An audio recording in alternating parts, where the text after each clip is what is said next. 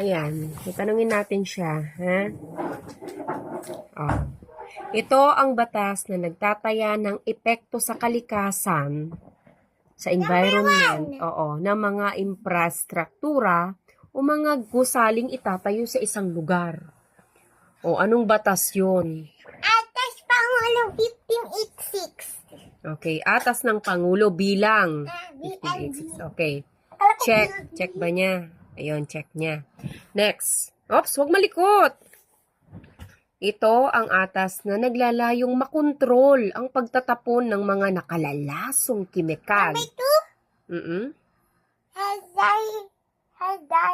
Hazardous Waste Control Act. Okay, very good. Next. Ito naman ang batas na naglalayon na ipagbawal ang pagbuga ng mga chemical na usok sa mga lungsod. Letter B ba?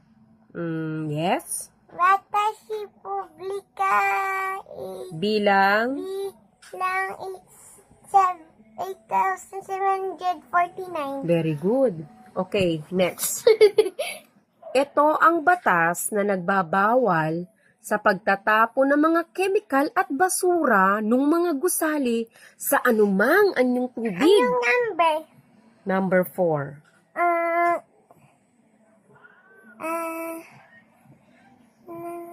Batas Republican 9,275. Very good. Napakagaling na bata. Baba may paa mo. Okay, dumako naman tayo sa number 5.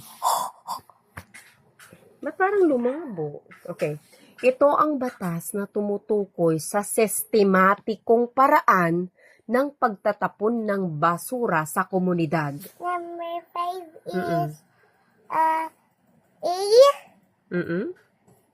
Batas Republika bilang 9,003. Very good.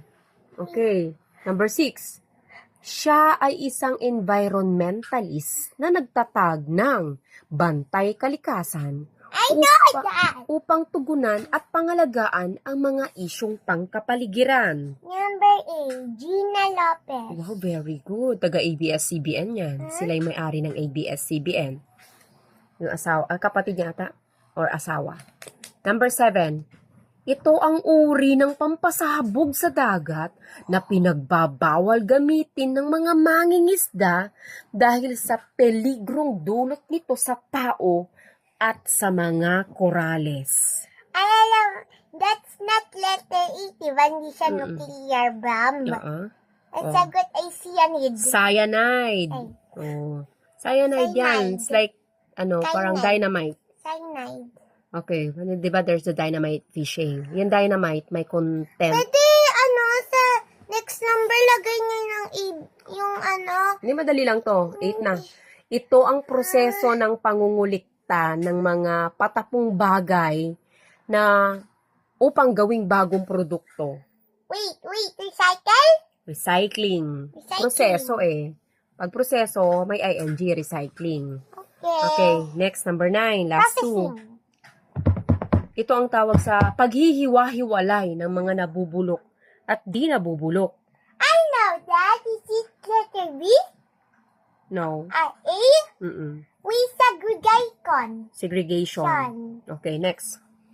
Ito ang tawag sa paglilinis sa mga kagubatan sa pamamagitan ng puputulin yung puno para gawing mga subdivision o village. Is it letter A? Yes. Deforestation. Okay. Alam mo yung deforestation. Halimbawa, ito, gubat. Yeah. Puputulin nila. Puputulin nila yung mga puno. Para walang puno, pero patatayuan ng mga buildings. Deforest. Parang aalisin nila yung gubat. That is deforestation. And sometimes, it has negative effects. Okay?